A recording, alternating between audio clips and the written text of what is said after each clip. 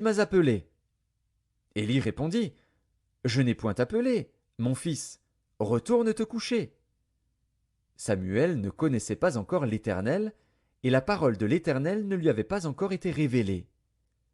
L'Éternel appela de nouveau Samuel, pour la troisième fois. Et Samuel se leva, alla vers Élie, et dit, Me voici, car tu m'as appelé. Élie comprit que c'était l'Éternel qui appelait l'enfant, et il dit à Samuel, Va, couche-toi. Et si l'on t'appelle, tu diras, Parle, Éternel, car ton serviteur écoute. Et Samuel alla se coucher à sa place. L'Éternel vint et se présenta, et il appela comme les autres fois. Samuel, Samuel. Et Samuel répondit, Parle, car ton serviteur écoute. Alors l'Éternel dit à Samuel, Voici, je vais faire en Israël une chose qui étourdira les oreilles de quiconque l'entendra.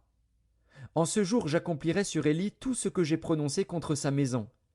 Je commencerai et j'achèverai. Je lui ai déclaré que je veux punir sa maison à perpétuité à cause du crime dont il a connaissance et par lequel ses fils se sont rendus méprisables sans qu'il les ait réprimés. C'est pourquoi je jure à la maison d'Élie que jamais le crime de la maison d'Élie ne sera expié, ni par des sacrifices, ni par des offrandes. Samuel resta couché jusqu'au matin, puis il ouvrit les portes de la maison de l'Éternel. Samuel craignait de raconter la vision à Élie. Mais Élie appela Samuel et dit, Samuel, mon fils? Il répondit, Me voici. Et Élie dit, Quelle est la parole que t'a adressée l'Éternel? Ne me cache rien.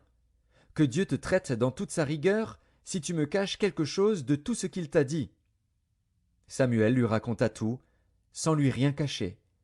Et Élie dit, C'est l'Éternel, qu'il fasse ce qui lui semblera bon. Samuel grandissait, l'Éternel était avec lui, et il ne laissait tomber à terre aucune de ses paroles. Tout Israël, depuis Dan jusqu'à Beer-Shéba, reconnut que Samuel était établi prophète de l'Éternel. L'Éternel continuait à apparaître dans Silo, car l'Éternel se révélait à Samuel, dans Silo, par la parole de l'Éternel. 1 Samuel, chapitre 30. Lorsque David arriva le troisième jour à Tsiklag avec ses gens, les Amalécites avaient fait une invasion dans le pays et à Tsiklag. Ils avaient détruit et brûlé Tsiklag, après avoir fait prisonniers les femmes et tous ceux qui s'y trouvaient, petits et grands. Ils n'avaient tué personne, mais ils avaient tout emmené et s'étaient remis en route. David et ses gens arrivèrent à la ville, et voici, elle était brûlée. Et leurs femmes, leurs fils et leurs filles étaient emmenés captifs.